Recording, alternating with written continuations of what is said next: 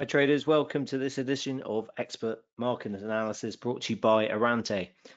This is generally a bi-weekly review and preview, so every other week mostly, of the market's key events and trading opportunities. Whilst I'll just let you have a look at the disclaimer, I'll just run through what we hope to get through in the next 30-40 minutes or so, as well as some of the key objectives of the webinar. We think markets are generally driven by themes which buyers and sellers relate to in order to enter and exit markets. These stories or narratives can be long-term fundamentals or short-term themes which increase or decrease in importance over time. Our goal is to break down all the market jargon and complexities that we all read about. So if you do have any questions, please do ask them along the way. And write them in the box, and I'll try to answer those as quickly as possible, or at least after the webinar finishes. Okay, it's Wednesday, 3rd of July. It's just after 11 a.m. in London, so let's get to it. I'll just, firstly confirm how we will structure the webinar. We'll just check out how markets are shaping up currently. We'll then go through last week's main events, which were pretty much inflation-based. So the US core PCE data we'll look at, as well as Canada and Australia CPI. And then also we had actually Eurozone inflation data out yesterday. So we'll look at all of those data pieces and their impact on the currencies before then previewing this week's main events. The main event certainly is US jobs data on Friday, the non-farm payroll report. So we'll look at that and the graphics around that and the DXY chart, as well as pretty much US based actually. We'll look at the ISM services data, the FOMC minutes, and then hopefully wrap up with a very brief few comments on the UK and the election ahead on tomorrow, even Thursday that is, and look at sterling as well against the dollar.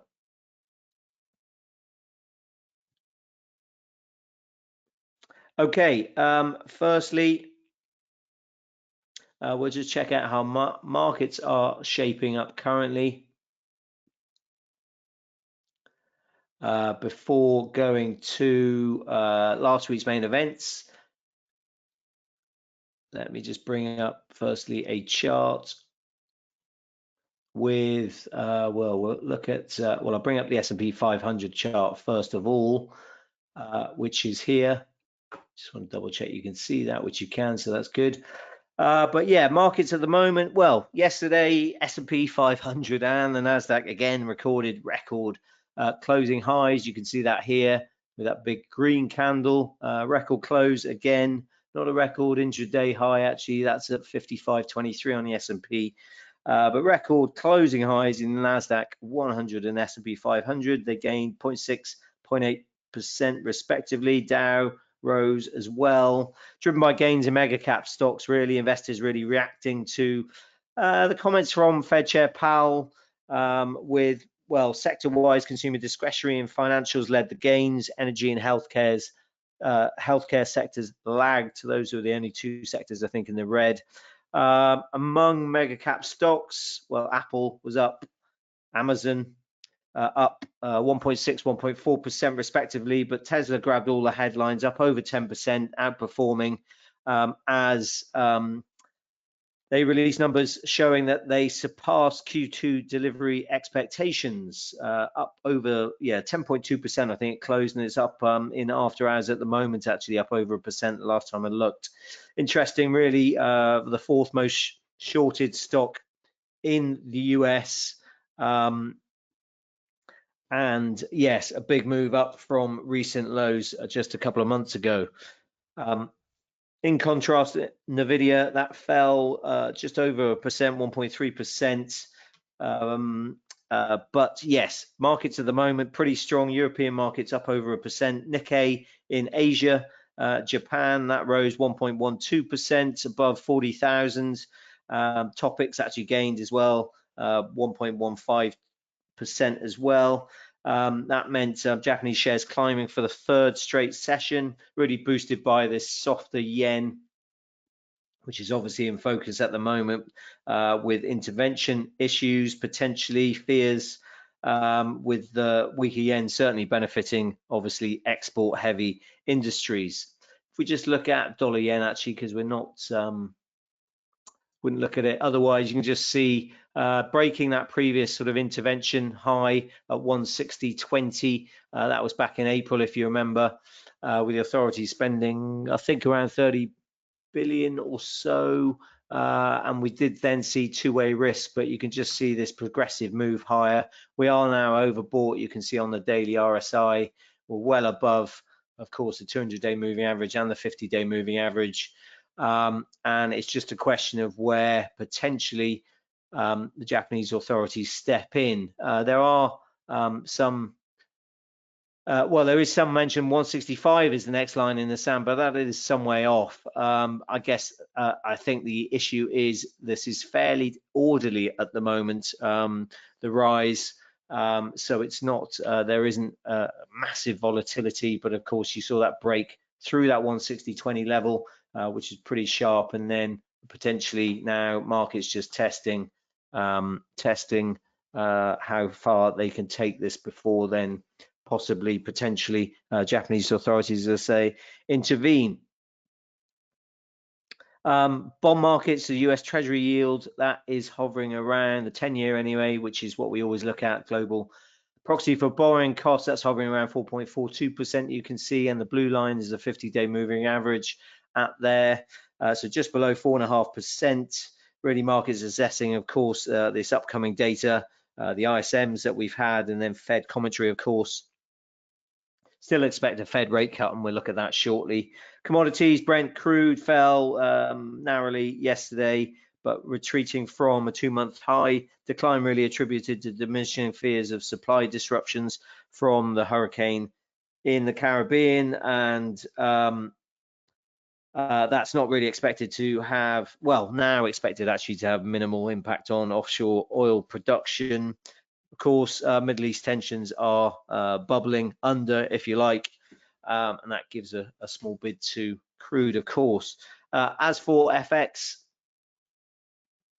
this is a dollar that we'll look at actually shortly, but that weakened marginally as Fed Chair Powell's comments yesterday took sort of some comfort in disinflation, hinted that rate cuts could come earlier this year if these trends were to continue, but the weaker dollar really saw high beta currencies outperform, while the yen still continues to underperform, as well as the Swiss franc actually. GBP a touch stronger actually yesterday going into the elections tomorrow. Aussie also gained actually with the RBA minutes from June, keeping really an August rate hike in play. I said I'd just talk about actually the euro. Of course, on Monday we had a relatively positive reaction, primarily due to some really market relief for the new Popular Front not gaining more seats than expected in the French election, the first round on Sunday. They didn't really offer much certainty about the composition of the parliament, and the second round, of course, scheduled for this Sunday. That's really the bigger risk event. Markets really monitoring as well the performance of, well, French government bonds against German government bonds. That's a 10-year OAT against the 10-year Bund. Some tightening in the spread has helped the euro for sure. And that's what really we'll be watching going into Sunday as well. Although some economists actually view structurally wider spreads between those two French and German bonds beyond the short term, really doubt that the euro will be able to entirely erase political risk premium this summer even.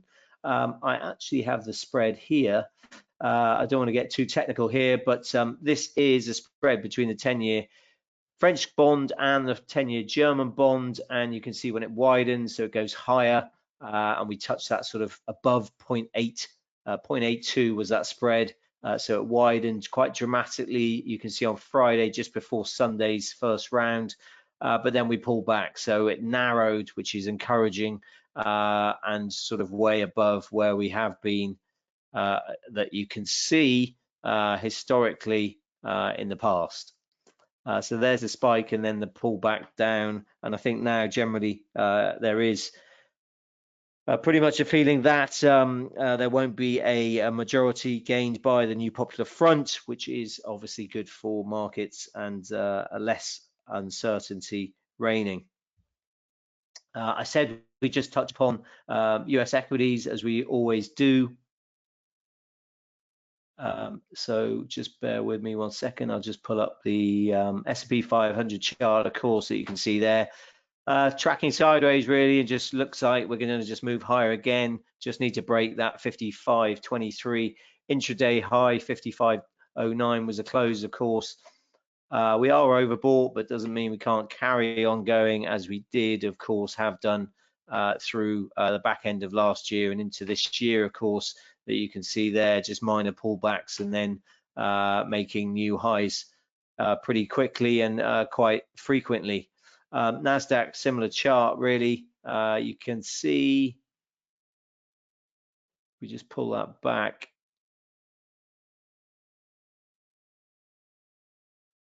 Yeah, the high, I'm just checking the intraday high is at 20.017. We got to where 20.014 yesterday. Just looks like we're just going to break higher again. And you can see futures actually up marginally. So yeah, tracking sideways, staying above this sort of initial support. And looks like we're going to break to new highs again. The Dow is slightly different, obviously, as we had that pullback. Now we're just looking good again. We need to break initial resistance at 39.497, and then that June high at 39.571. Tracking sideways. Long-term trend is for higher prices. So potentially going to be on our way to pushing above 39,500 up to then the all-time high just above 40,000. Okay, let's go now to last week's main events. Firstly, the US core PCE data. This is important because it's the Fed's favored inflation gauge. That came in line with expectations. The core rose 0.1% month on month, easing from 0.3%. Which was revised up actually from 0.2%. The year eased to 2.6% from 2.8%. Headline unchanged, down from the prior 0.3%. Year on year 2.6%, down from 2.7%. Again, we're looking at some of these decimal places actually in the core PCE data. Unrounded, it was actually 0.0828. So actually on the lower side of analyst estimates, that were predicting 0.08 to 0.13% after the softer CPI data and PPI data really pointed the way for this. That brought the 3-month annualized actually to 2.7 from 3.5. 6 months stayed unchanged. So good chance going forward now then, looking ahead, actually core PC falls to 2.5% in June. Although we do note unfavorable base effects make a further drop in the second half possibly a bit tougher, really. That also means, though, that the 2.8% Fed median view is probably too pessimistic. Overall, then, in the data, interestingly as well, consumer spending is cooling with weakness in discretionary services spending significant, which could bring down Q2 GDP estimates. This slowing growth and easing price pressures is a welcome sign for the Fed, of course. So you can see the charts here and falling prices really, which is a good sign, as we say, for the Fed going forward. Okay, we also had Canada CPI data, just gave you a preview there of the chart. That printed at 2.9% in May versus 2.6% expected, so stronger than expected and higher than the previous month of 2.7%. The core came in at 1.8% versus 1.6% prior, and also the trim and median numbers rose above their prior readings. So a hotter than expected report out of Canada, though the common reading was lower.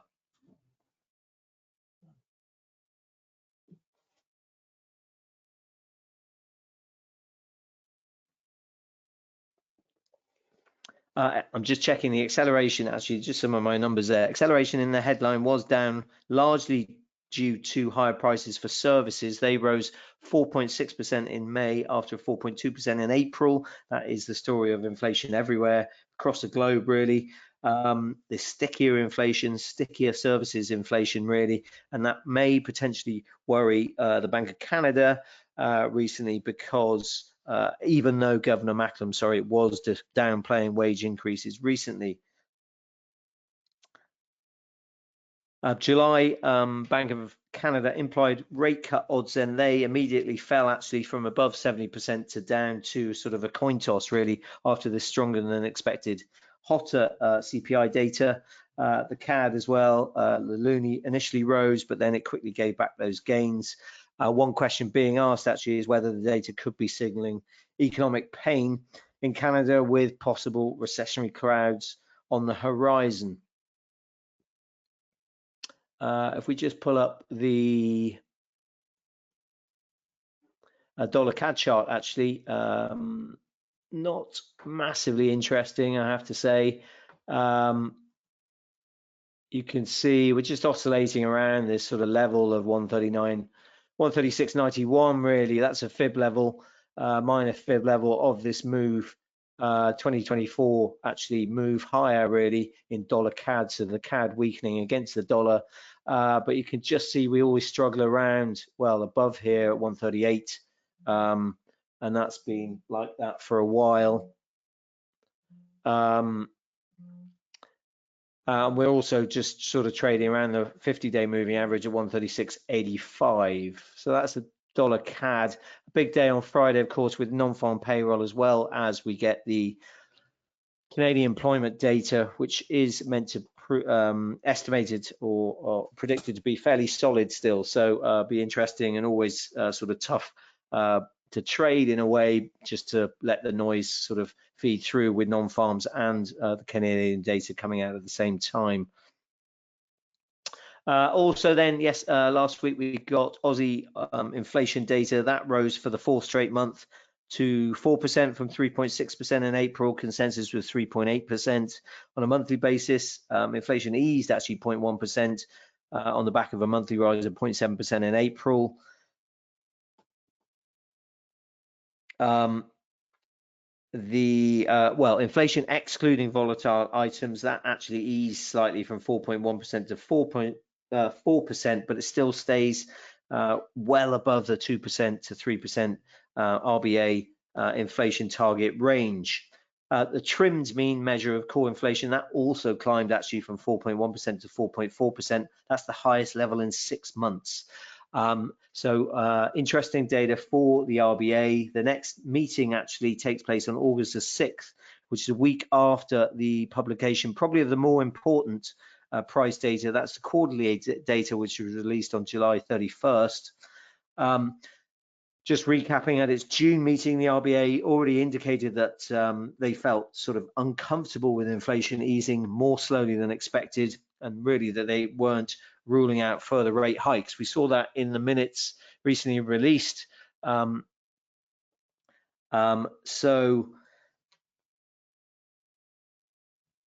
Yes, interesting. The key data will be that end of July quarterly inflation data ahead of then the RBA meeting on the 6th of August. Markets, they attach around, I think, around 8 basis points or so of hikes at the August meeting, 50% probability. The RBA then hikes in September. Yeah, so really contrasting with some other central banks, of course, which is giving a bid to the Aussie.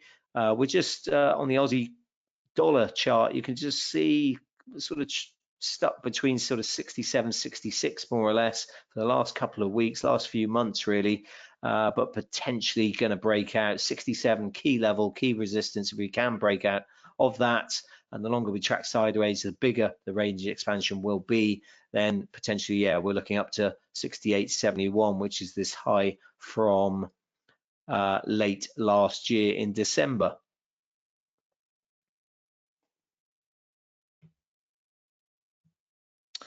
Okay, also we had, of course,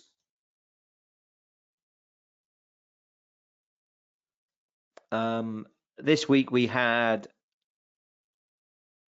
Eurozone inflation data, which is, well, there's a review, nice review on the graphic here. Yeah, the headline, that ticked lower to 2.5% from 2.6%. That was in line with estimates, but the core and super core, they both remained at 2.9%, so 1/10 higher than expectations. Just casting our minds back, the prior release had seen an uptick as well in the headline inflation amid a combination of base effects and increases in services inflation for some of the larger regions. This stayed sticky in this report at 4.1%. We do know, of course, wage growth is still stubbornly high, and that has contributed to really quite a strong labour market, and that was highlighted by also the recent unemployment data out of the Eurozone, which stuck at a record low at 6.4%. This data really, yeah, it kind of will worry the ECB hawks for sure on the Governing Council, given that lack of progress in services inflation, and then obviously that we know the strong wage growth still. Market pricing, I think, for the ECB, well, had assigned around a 40% chance of a cut for next month, but that was reined in slightly. More of a chance, much more of a chance of a September rate cut. But that is, well, was above 80%, but again, that's being reined in after that stronger core number on the CPI data, which was released yesterday. There was, again, around 40 basis points or so of easing seen in by year end, but again, that has been reined in after the strong data. Today, then, just before we get to that, you can just see the falling inflation, but just the stalling actually now, especially in the core rate. Just on the euro in particular today, well, is the last date of the ECB summit in Portugal at Sintra. That will include some closing comments by Lagarde, as well as speeches by various other ECB members. Interestingly, Chief Economist Lane, he backed Lagarde's message of patience yesterday, adding that June data, which had not been published actually when he spoke, would not answer really questions on services inflation. Markets probably should end this week with a slightly clearer picture on the ECB path after CPI data, and then after the ECB speak, of course, that we get today that I've just mentioned. But certainly then French political factors should remain the main driver for the euro until, as I mentioned, Sunday's second round results in France are out. As I've also talked about, we'll look at OAT Bund spreads, the French German spreads, just to check how much political premium and risk premium is priced in, and then potentially if that widens, as we said, that could curb any euro gains, but then if it narrows, then the euro would find a bid. Just looking at euro dollar then, which I will just pull up here. Yeah, you can see we just picked off sort of support around 106.80, just ticked up higher, touched the 50-day moving average, the blue line at 107.78. So that looks like initial resistance, with the 200-day moving average just above that 107.92. As I say, initial support, around 106.80, with this year's low just above 106 or 106.01. That's the low from mid-April. Otherwise, above there, we have another fib level at 108.06, and then the halfway point of the sort of late 2023 high down to the April low. That midpoint 50% mark is at 108.78. No, 70 actually, 108.70 looks like, which corresponds with this resistance, which this price action found here. Okay, that's euro dollar. If we just now go to this week's main event, really focused on US data really, and of course the blockbuster marquee event, which is the non-farm payroll report. You can see all the main numbers here. The rate of headline payrolls growth expected to cool to 180. That's 180,000 in June from 272 in May. And the 3-month average is 249, 6-month average 255, 12-month average 230,000 that is. The unemployment rate, that's expected to be unchanged at 4%. And just remember that matches actually the June summary of economic projections from the FOMC, which penciled in a rate of 4% actually for the end of the year. So interesting, we're already at that level. Wage growth, the rate of average hourly earnings, that is seen pairing to 0.3% from 0.4% in May. But it's really this sort of contrast between non-farm payrolls and then the household employment data, which has really been going backwards in May and is little changed over the past 11 months. That stalling really has been behind then the rise in the jobless rate from 3.4%, of course, to 4% now, with participation little changed. Also, the deceleration in hourly earnings growth, that is also more in keeping with the household survey, because that has cooled from a high sort of around 4.7% in mid 2023, now down to sort of 4.1% currently. That means really we should really see more evidence of balance in the labour market going forwards. We should see moderation in payrolls and then this soft household survey employment carrying on. As for other measures of employment, well, generally in the economy, of course, we've seen soft retail sales, cautious consumer sentiment data, and then initial weekly jobless claims. Well, they have suggested gain. Well, the gains that we saw in May won't be seen in June. We've also had continuing claims, which for the week that coincided with the BLS jobs report survey window, that rose to the highest since late 2021. So all points to sort of moderation in jobs growth, certainly. And we do get initial jobs claims actually dated today, although it doesn't correspond, as I said, with the window for this report. We did get JOLTS, which is the job vacancy data, out yesterday. That was higher than expected, so sort of signaled really that there is, well, ongoing moderation, but really not a major weakness in the labour market. And the quits rate, which is a key number, that stayed at just above 2%, been there for some months now, and again, doesn't point to massive weakness in the job markets overall. We do get ADP numbers out today. Doesn't really have a correlation at all with the non-farm payroll headline number, although there is some attention on it. That's 165 expected, I think, that number, 165,000, but again, stressing that has very little correlation to the official payrolls data. As for what's priced in, well, market's expecting around 18 basis points of easing by the Fed by September, around 45 basis points in total by year end. That's around a sort of 66% chance of a rate cut in September. Other data, just before we get that, actually, you can see, yes, this is a nice chart just showing you, yeah, average hourly earnings falling, of course. That's the red line. Then the orange lines is the jobless rate just picking up and potentially above 4%, although that's not expected just yet. And then the bar chart shows you the non-farm payroll change month on month, and a number just below 200,000. There is, as I say, other data out today. Important actually, ISM services data, that's expected to fall to 52.6 after a surprise jump to 53.8 last month.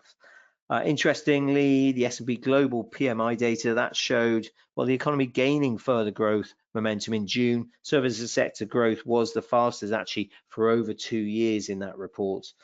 So always markets look out for this forward-looking ISM data. Today, though, should stress it has been volatile in recent months, so caution potentially in interpreting any of those signals. I should mention we did get ISM manufacturing data out on Monday, sorry, just gone. that posted a surprise decline actually to 48.5 from 48.7, so beneath the 49.1 forecast. The subcomponents of the report saw prices paid ease actually, taking it to the lowest level in 2024, so encouraging, while employment actually fell into contractionary territory at 49.3 from 51.1. Also should mention Powell obviously speaking yesterday. We kind of mentioned briefly at the top of the webinar. He said that disinflation returned in April and May, but does want to see additional evidence before contemplating interest rate cuts. He added, however, that risks are very much two-sided, referring to the labour market. Actually, he said that the US is nearing a place where further declines in job openings traditionally resulted in higher unemployment.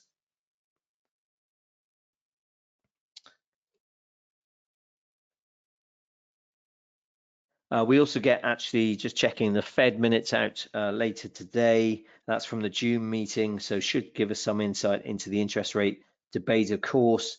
That meeting, of course, had a new dot plot which penciled in just one cut for 2024, but it was a close call. But markets had been expecting two cuts really, and that's still now what they're pricing in. So we'll be keen to see whether really the recent increased sensitivity towards the labour market already filtered through in any discussions in mid-June, of course. But Powell's comments certainly from yesterday may mean the sort of reaction to the June meeting minutes are relatively muted. US markets are closed tomorrow for Independence Day, don't forget. But of course, we have payrolls looming just the other side on Friday. If we just pull up now the DXY chart, so that's the dollar index chart, which is here. Just remember this is has 6 different currencies in the index, but by far the biggest weighting is the euro, sort of 56% or so of this index. You can just see we struggled around 106, so that is resistance. We're just sort of rolling over. Potentially, we've got this trend line in here from that low in late December, so that will offer potentially some support. Just checking where that is, just around 105.40 or so.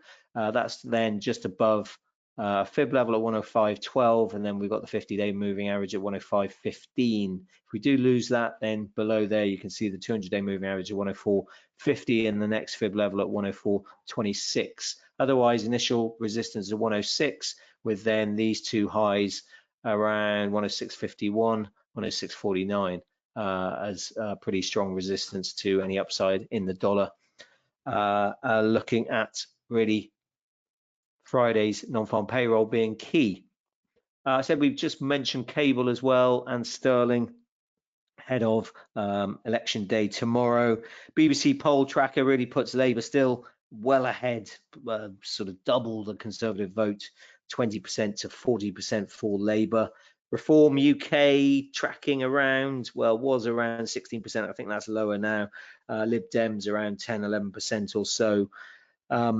Really a little doubt that we will get a Labour landslide win. Any change to that would be a surprise, really, because those polls have been signalling, yes, a landslide win for Labour for some weeks and months really now. Election probably shouldn't be a big event for markets, only really possibly if we get a stronger than expected result for, say, Reform UK, they're populist hard Brexiteers really. That may have an adverse reaction in sterling assets, but it's looking unlikely as well at the moment. That means really the chances of any election results really changing the Bank of England policy rate are pretty low, and the pound really should be governed by key domestic data releases, and then as well, of course, cable by external drivers like non-farm payroll report, of course, as well, potentially EU politics at the margin. But the domestic data releases, they will be key for the Bank of England. We do get June CPI and then jobs data out in the middle of July, 17th and 18th of July, I think they are, then ahead of the 1st of August Bank of England meeting. I think market pricing around 12 basis points or so of a cut, so 50-50 really, last time I looked. As for cable, well, interesting, we sort of found support around the 50-day moving average, that's at 126.61, and this fib level, which is at 126.46. So potentially if we're pushing off there, then we will be looking at sort of 128 as very strong resistance really that you can see here. Spike high was 128.60, but we didn't last very long at all and then moved down. Initial support, as I say, around 126.46, and then these lows here around 126.16.